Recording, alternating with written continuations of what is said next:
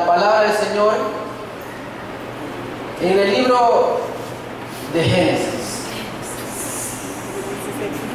Aún en las mejores familias, esa es la serie que hemos estado viendo, aún en las mejores familias pasan cosas no muy buenas. Aún en las mejores familias suceden cosas que quizás pensábamos que quizás solo a nosotros nos habían pasado, pero realmente la Biblia nos reta y nos enseña también acerca de personajes que han pasado cosas que nos deben de ayudar a nosotros a reflexionar y a poder aprender acerca de los errores de otros. En el capítulo 25.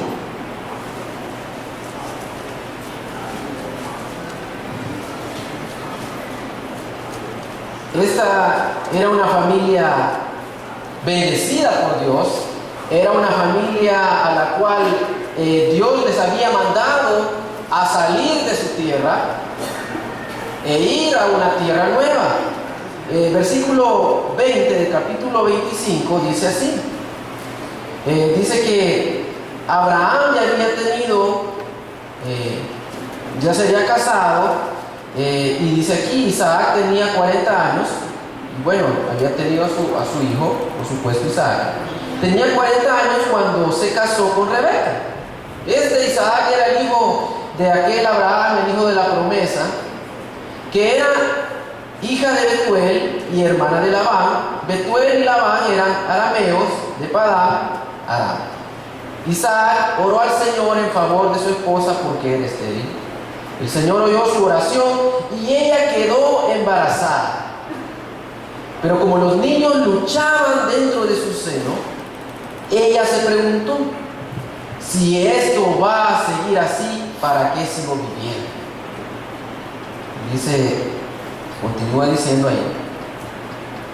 Entonces fue a consultar al Señor y él le contestó: 2 naciones hay en tu seno, 2 pueblos se dividen desde tus entrañas, uno será más fuerte que el otro y el mayor servirá al menor.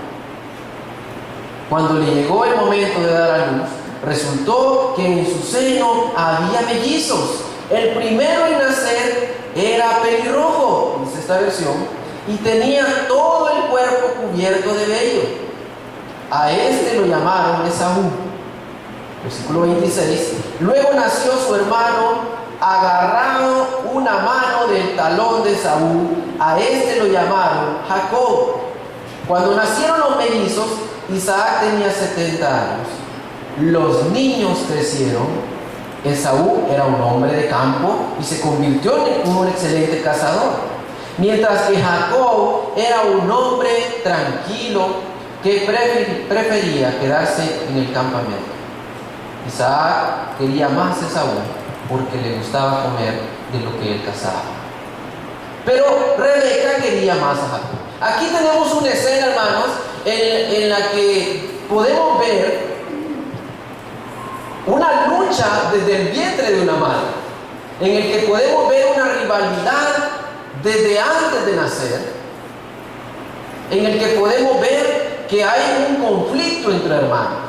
Y los que son padres acá no me podrán mentir, y los que somos hijos también, ustedes les sabrán decir que la relación entre hermanos no es muy buena muchas veces. La relación quizás es mejor cuando tenemos amigos, cuando estamos con amigos, pero quizás con nuestra familia nos cuesta relacionarnos. Y también era el caso de ellos. Les costaba relacionarse. Y sin duda los papás estaban tomando parte en este asunto, porque dice que los papás tenían un hijo preferido. Y la relación, me imagino yo, que no fue muy buena, porque ¿saben qué? Si ustedes continúan leyendo la historia, van a ver que Esaú, ¿qué hace? Dice que tenía hambre el muchacho, ¿y qué hace? Vende su primogenitura por un plato de lentejas. Y desde ahí comienza una lucha tremenda que hasta el día de hoy tiene sus consecuencias. La relación entre hermanos siempre cuesta. La relación familiar cuesta mucho porque es en la familia en donde nos conocen bien. Es en la familia donde saben muy bien cómo nos comportamos. Y es que esta familia nos enseña que iban a tener percances. Después de eso, Jacob pues iba a hacer honor a su nombre, mentiroso, ¿verdad? Miente y dice que va donde su papá le dice, se hace pasar por su hermano y le quita la bendición que le tocaba a Esaú. Pero definitivamente Dios tenía un plan maravilloso para eso. Pero ¿saben qué? El reflejo de los padres son los hijos. Y nosotros como hijos somos el reflejo de nuestros padres muchas veces. Y yo quisiera llevarlos al versículo que ahora nos vamos a centrar. Y es el que vayamos un poquito más adelante al capítulo 37. Ya hemos visto acerca de que Jacob no tenía una buena relación con su hermano. Sus padres tenían un consentido, Jacob era consentido de su mamá y Esaú era consentido de su papá. Y yo quisiera preguntar acá a los padres también, ¿cómo estamos en relación a eso? Alfredo nos hablaba acerca de que nosotros como hombres tenemos que tomar la responsabilidad en la familia, en nuestro hogar. Y sin duda alguna es responsabilidad de los padres mostrar amor para los hijos, para todos los hijos, no solamente porque es el primero o el último. Y sin duda, ahora aquí vamos a tener un caso en el que vamos a ver que la historia continúa. Y vamos a leer el versículo 1 del capítulo 37, que dice así. Ahora Jacob ya deja de ser un hijo, ha sido transformado por el Señor y ahora viene y se convierte en padre. Jacob se estableció en la tierra de Canaán, donde su padre había residido como extranjero. Y dice el versículo 2, esta es la historia de Jacob y su familia. Aún en las mejores familias, aún en las familias en las que podemos observar que Dios da la bendición, podemos ver cosas que quizás no nos imaginábamos y podemos aprender de ellas. Esta es la historia de Jacob y su familia. Y dice así, cuando José tenía, ¿cuántos años, hermanos? 17 años, apacentaba el rebaño junto a sus hermanos, los hijos de Bila y de Zilpa, que eran concubinas de su padre. El joven José solía informar a su padre de la mala fama que tenían estos hermanos suyos. Y así lo pone esta versión, estos hermanos suyos. Sin duda, una de las cosas que más nos pueden caer mal a nosotros como hermanos, como hijos, es que nuestro hermano menor venga y nos ponga mal frente a nuestros padres. Que quizás nosotros cuando éramos jóvenes, recuerden ustedes, hermanos, cuando ustedes vivían con sus padres, y aún los jóvenes que estamos acá, ahora que estamos viviendo con nuestros papás, recordémonos esa ocasión en la que estábamos haciendo algo que sabíamos que a nuestros padres no les iba a gustar, y nuestro hermano menor estaba con nosotros.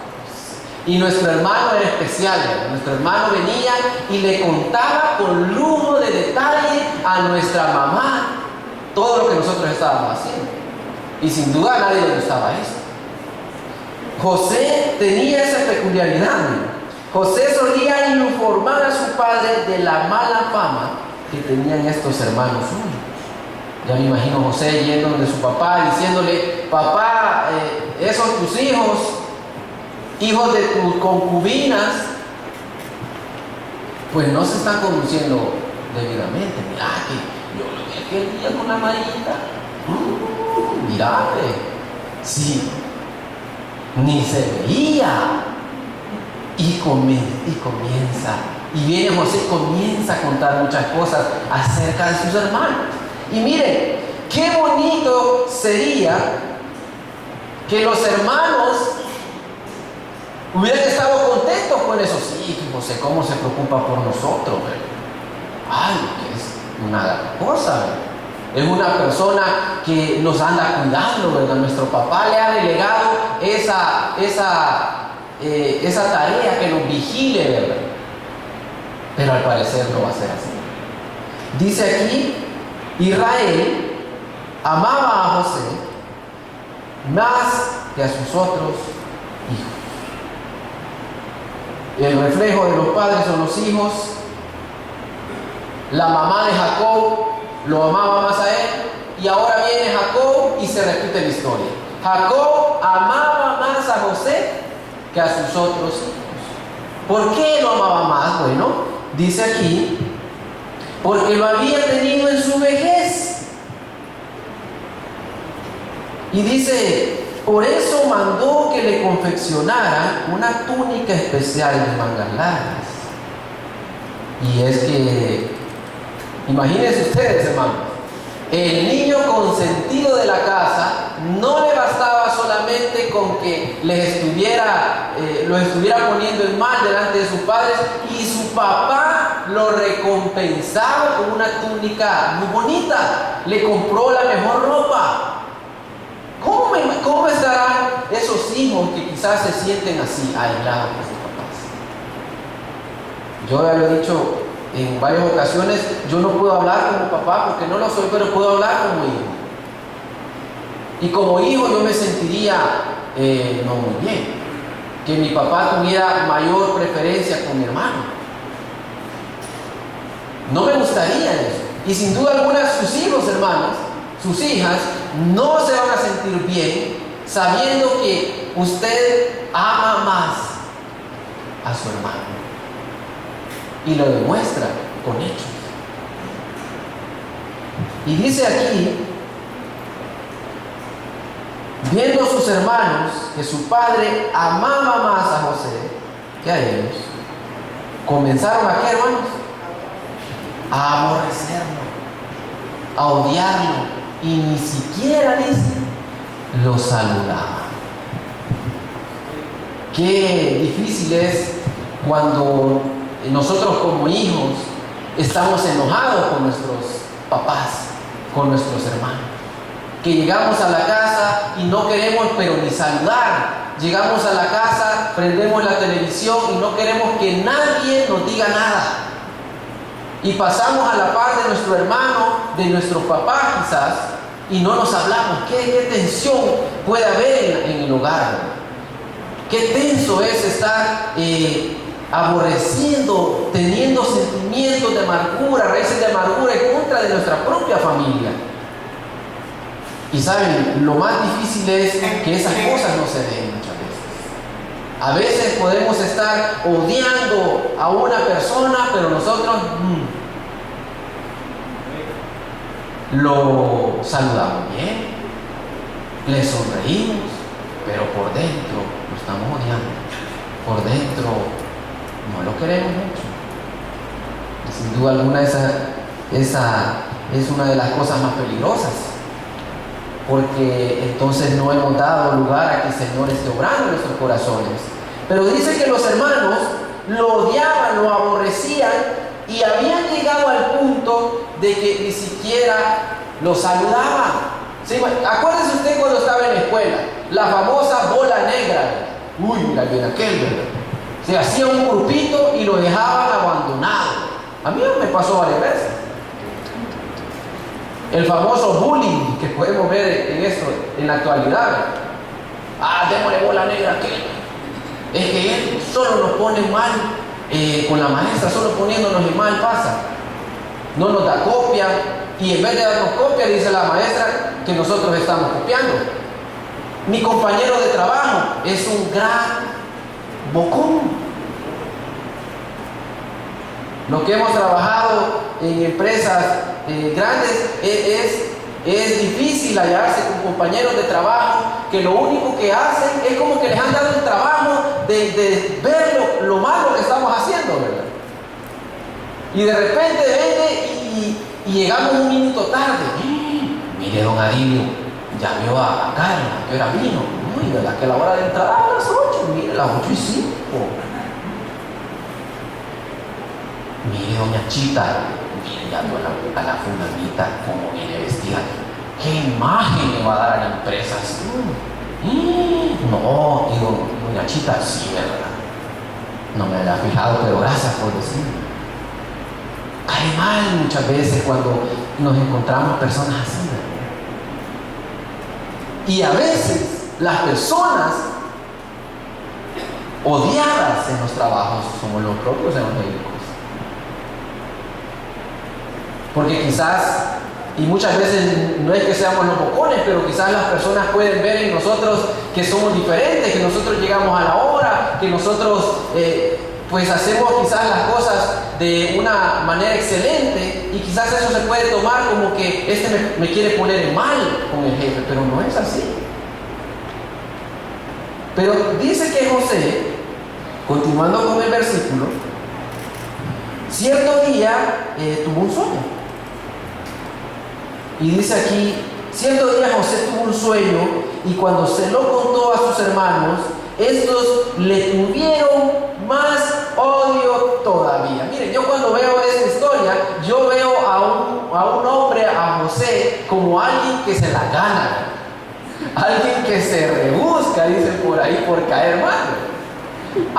Él sabía, mire, le ponía el dedo a sus hermanos con su papá, le iba a contar todo lo malo, la mala fama que ellos tenían. Y aparte de ese, mire, es que es chistoso muchas veces. ¿Cómo viene José y dice que era un hombre soñador? Era un hombre que no quería quedarse sentado ahí, que no quería ser como las grandes multitudes que hacen lo que Vicente hace. ¿Para dónde va la gente? ¿Dónde va Vicente? Él quería ser alguien diferente, él tenía sueños, él quería ser alguien distinto. Y miren los sueños que tenía José. Entonces le dijo, préstenme atención, les voy a contar lo que he soñado. Y dice así, vamos a ver, resulta que estábamos todos nosotros, contándole José a sus hermanos, ya se imaginan ustedes a José. Resulta que estábamos todos nosotros en el campo atando gavillas. De pronto mi gavilla se levantó y quedó erguida, mientras que las de ustedes se juntaron alrededor de la mía y le hicieron reverencia. Pero miren, los hermanos de José deben de haber estado pero furiosos. Les caía mal.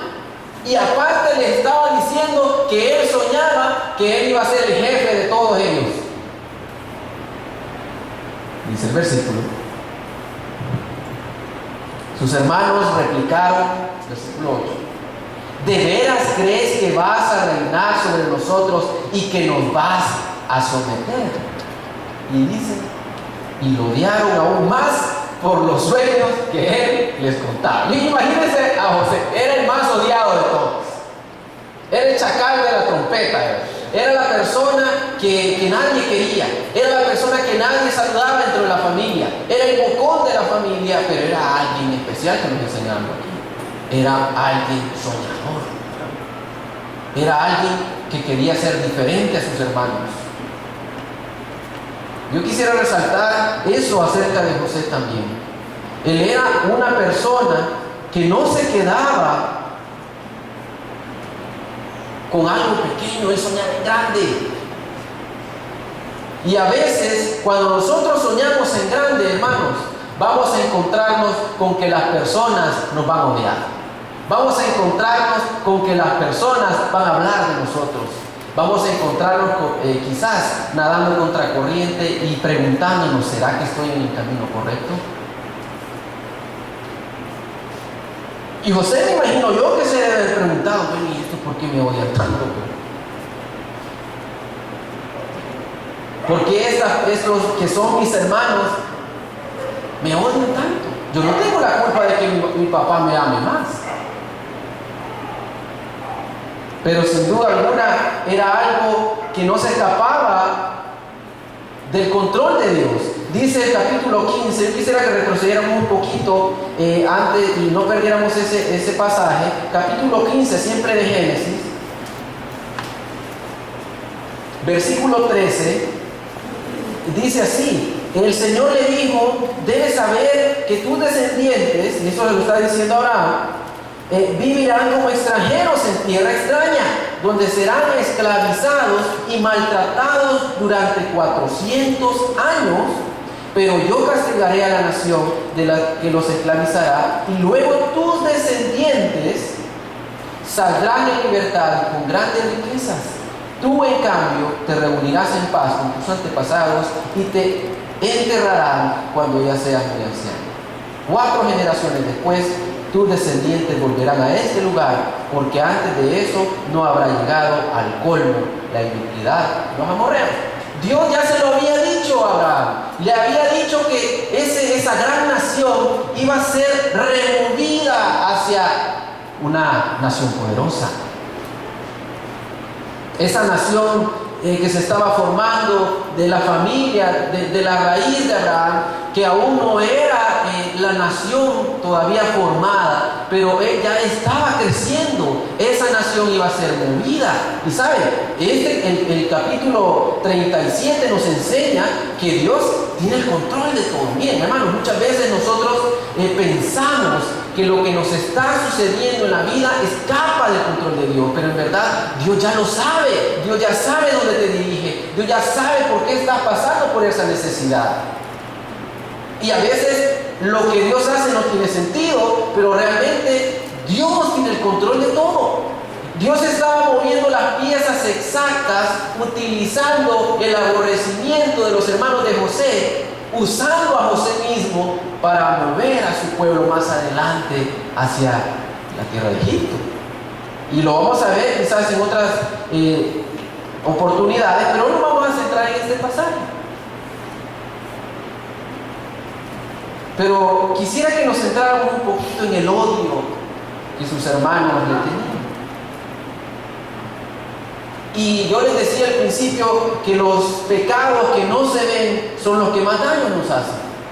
Porque los pecados que quizás no podemos ver, y quizás los pecados que no hemos aceptado que en verdad tenemos, nos hacen más daño porque ahí están, los hemos dejado de enraizar. Yo les decía la vez pasada que Caín tenía eso también en su corazón. Miren qué bonito esto. Cómo el corazón del hombre, de la mujer, puede ser dañado por la envidia. Platicaba con un joven en un discipulado que estábamos llevando y él me decía una frase muy bonita. Dice que la envidia es como quien toma veneno esperando que el otro se muera. ¿Qué definición más teológica? Este muchacho, gracias a Dios, no fue al seminario, ¿verdad? Pero miren, la envidia es como quien toma veneno esperando que el otro se muera.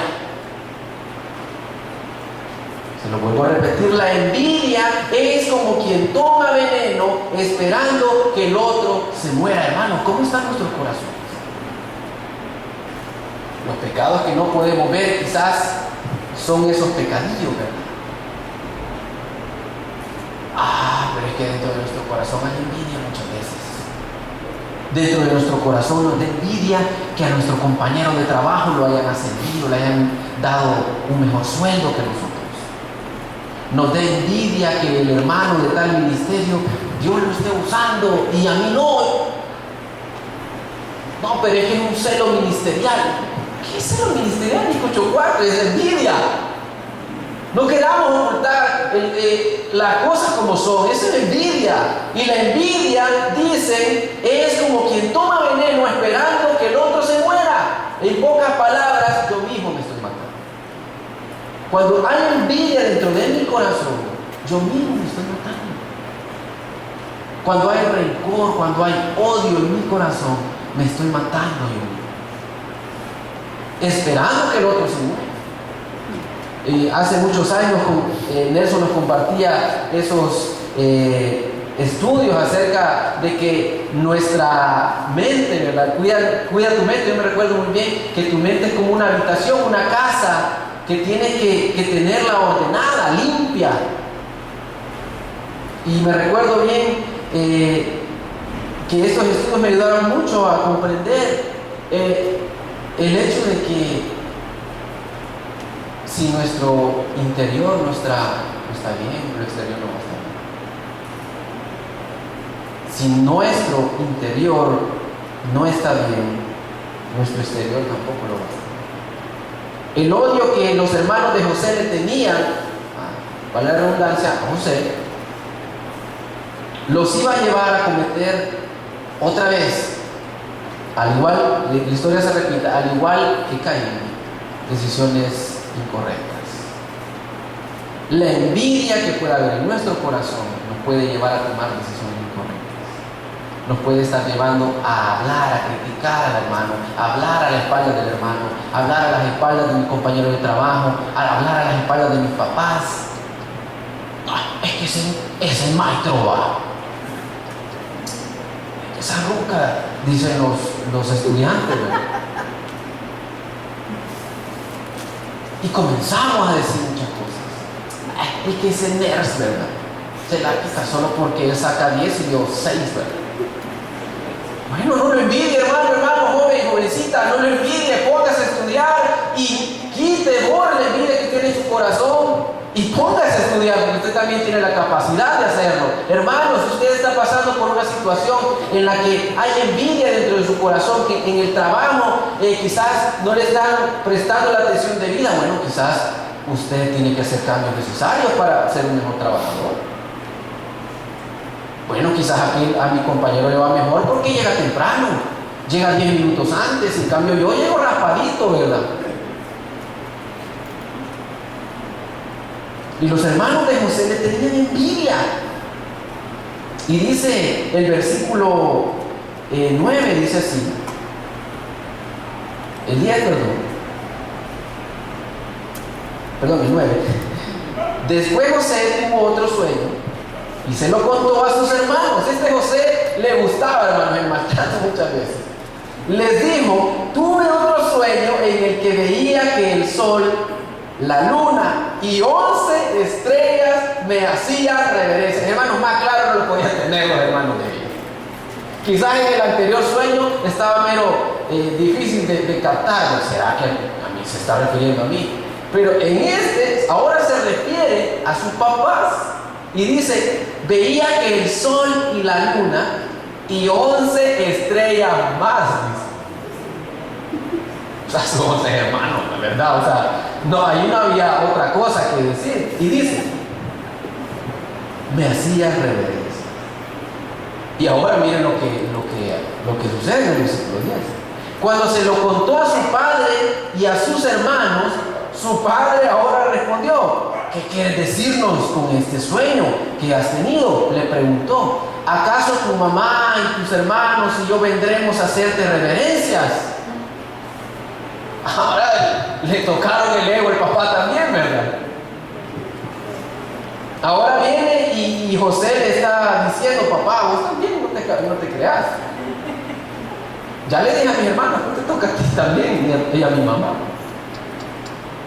Algún día soñaba José: yo voy a ser una persona importante, una persona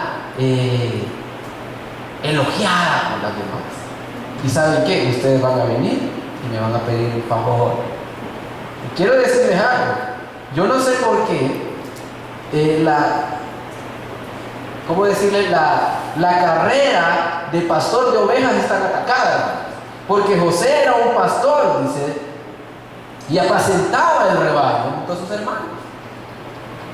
Y quizás me pregunto yo, sus hermanos podrían haber dicho, ¿verdad? Bueno, ¿y este pastorcito qué va a andar haciendo si apenas le saca la lechita a la lanita y a la ovejita, ¿verdad? Si apenas tiene miedo cuando vienen los lobos, ¿qué no va a andar haciendo él? Pero José era un hombre soñador, un hombre que tenía la firme convicción de que Dios tenía un plan maravilloso para él. Él se tomaba de la mano del Señor. Hermano, hermana, ¿usted se está tomando de la mano del Señor? Tenemos que tomarnos de la mano del Señor. Si estamos pasando por esta situación de envidia, yo le invito, hermano,